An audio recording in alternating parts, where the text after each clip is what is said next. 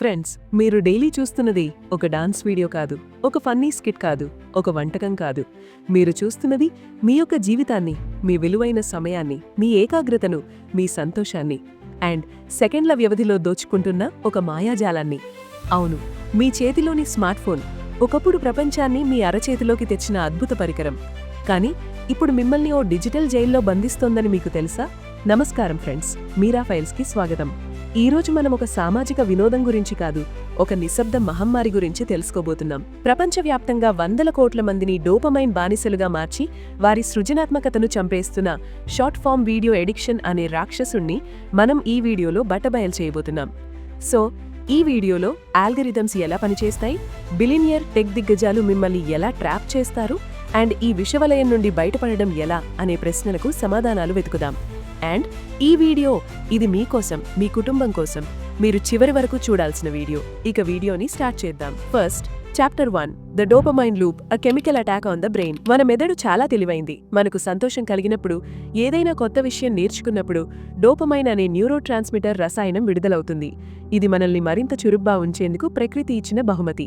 కానీ టెక్ కంపెనీలు దీన్నే ఆయుధంగా మార్చుకున్నాయి. ఎగ్జాంపుల్, మీరొక రీల్ చూశారు, అది మీకు నచ్చింది. అప్పుడు వెంటనే మీ మెదడులో డోపమైన్ రిలీజ్ అవుతుంది అండ్ మీకు సంతోషం కలుగుతుంది.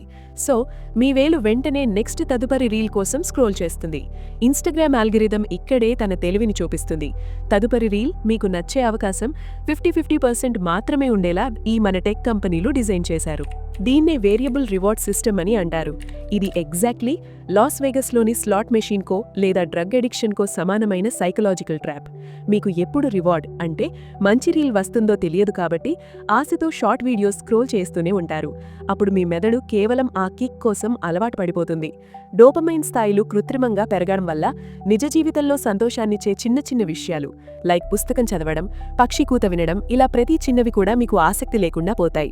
నెక్స్ట్ ఆ తర్వాత మీ మెదడుకు హై డోస్ డోపమైన్ కావాలని కోరుకుంటుంది. సో అది రీల్స్ ద్వారా మాత్రమే వస్తుంది.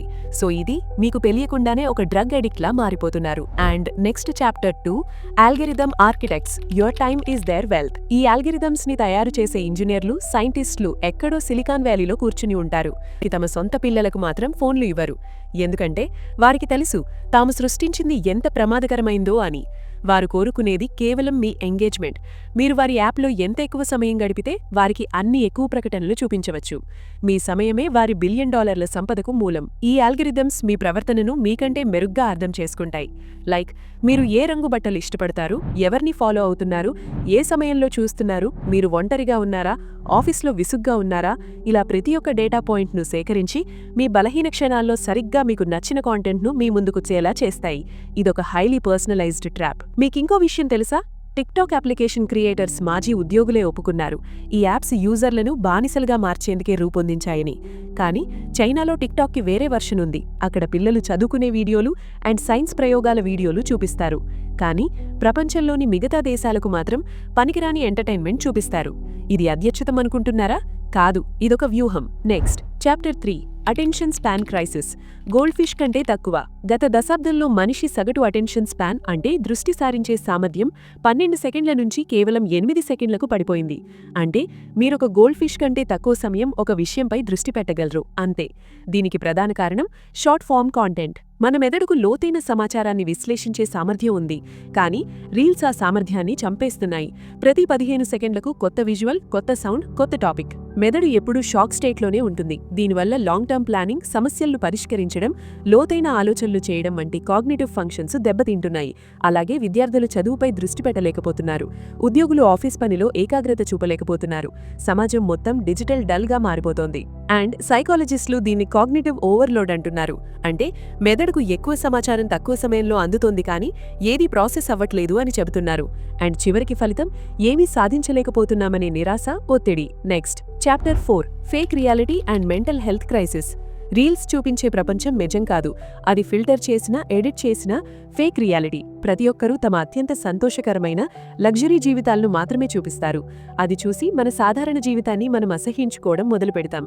సోషల్ కంపారిజన్ థియరీ ప్రకారం ఇతరులతో పోల్చడం వల్ల మన ఆత్మగౌరవం దెబ్బతింటుంది. సో దీని ఫలితంగా యువతలో డిప్రెషన్, యాంగ్జైటీ, ఒంటరితనం పెరుగుతున్నాయి. అండ్ 2023లో జరిగిన ఒక సర్వే ప్రకారం ఇన్స్టాగ్రామ్ అనేది యువతల మానసిక ఆరోగ్యాన్ని దెబ్బతీసే యాపులలో మొదటి స్థానంలో ఉంది. రాత్రిపూట వచ్చే బ్లూ లైట్ వల్ల మెలటోనిన్ అనే నిద్ర హార్మోన్ ఉత్పత్తి తగ్గిపోతుంది. దీనివల్ల నిద్రలేమి సమస్యలు వస్తాయి. తగినంత నిద్ర లేకపోతే మనిషి శారీరకంగా, మానసికంగా బలహీనపడతాడు. అండ్ మన నిజమైన కనెక్షన్లను కోల్పోతున్నాం. పక్కనే కూర్చున్న స్నేహితుడితో మాట్లాడడం కంటే ఫోన్లో తెలియని సెలబ్రిటీ రీల్స్ చూడడానికి ప్రాధాన్యత ఇస్తున్నాం. అండ్ కుటుంబ సంబంధాలు దెబ్బతింటున్నాయి. ఈ డిజిటల్ ఒంటరితనం సమాజాన్ని ప్రమాదకరమైన దిశగా నడిపిస్తోంది. And last chapter 5, the escape plan, steps to freedom. So ఈ ట్రాప్లో ఇరుక్కుపోయామని తెలుసుకున్నాం కదా, మరి బయటపడడం ఎలా? దానికి కొన్ని ప్రాక్టికల్ మార్గాలున్నాయి. అదేంటంటే నోటిఫికేషన్లను చంపేయండి. Kill the notifications. Instagram, Facebook నోటిఫికేషన్లను పూర్తిగా ఆఫ్ చేయండి. మీ సమయాన్ని మీరే నియంత్రించండి. అలాగే ఇంకోటి టైం బాక్సింగ్, అంటే రీల్స్ చూడ్డానికి రోజులో ఒక నిర్దిష్ట సమయాన్ని కేటాయించండి. ఉదాహరణకు ఉదయం సాయంత్రం 6 నుంచి 6:30 వరకు. ఆ సమయం దాటితే యాప్ని మూసేయండి. Next step, delete the app. వారం రోజుల పాటు ఇన్స్టాగ్రామ్ యాప్ను మీ ఫోన్ నుండి డిలీట్ చేసి చూడండి. మొదట కష్టంగా ఉంటుంది, కానీ 3వ రోజు నుండి మీ మెదడు ప్రశాంతంగా మారుతుంది. And next step, replacement. అంటే ఆ ఖాళీ సమయంలో మీకు ఇష్టమైన హాబీని డెవలప్ చేసుకోండి. పుస్తకాలు చదవండి, గార్డెనింగ్ చేయండి, కొత్త భాష నేర్చుకోండి, స్నేహితులతో బయటకు వెళ్ళండి. అండ్ మీ మెదడుకు హర్కెన్షియల్ డోపమైన్ కిక్ ఇవ్వండి. Next, grey scale mode. మీ ఫోన్ డిస్ప్లేను బ్లాక్ అండ్ వైట్ మోడ్కి మార్చండి.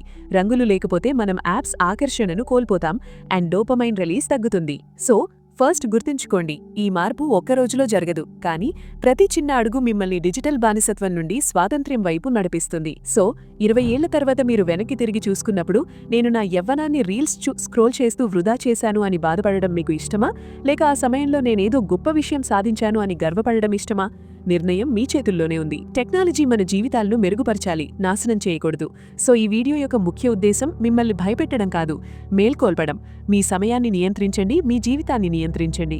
ఈ వీడియో మీకు నచ్చితే ఇది కేవలం లైక్ చేసి వదిలేకండి. మీ స్నేహితులు, కుటుంబ సభ్యులు, ముఖ్యంగా యువతతో షేర్ చేయండి. బహుశా ఈ వీడియోలోని కాంటెంట్ వారి జీవితాన్ని మార్చే మొదటి అడుగు కావచ్చు. అండ్ అలాగే ఇలాంటి మరిన్ని వీడియోల కోసం మా ఛానల్ మీరా ఫైల్స్ని సబ్స్క్రైబ్ చేసుకోండి. అండ్ ఈ డిజిటల్ ప్రపంచంలో జాగ్రత్తగా ఉండండి.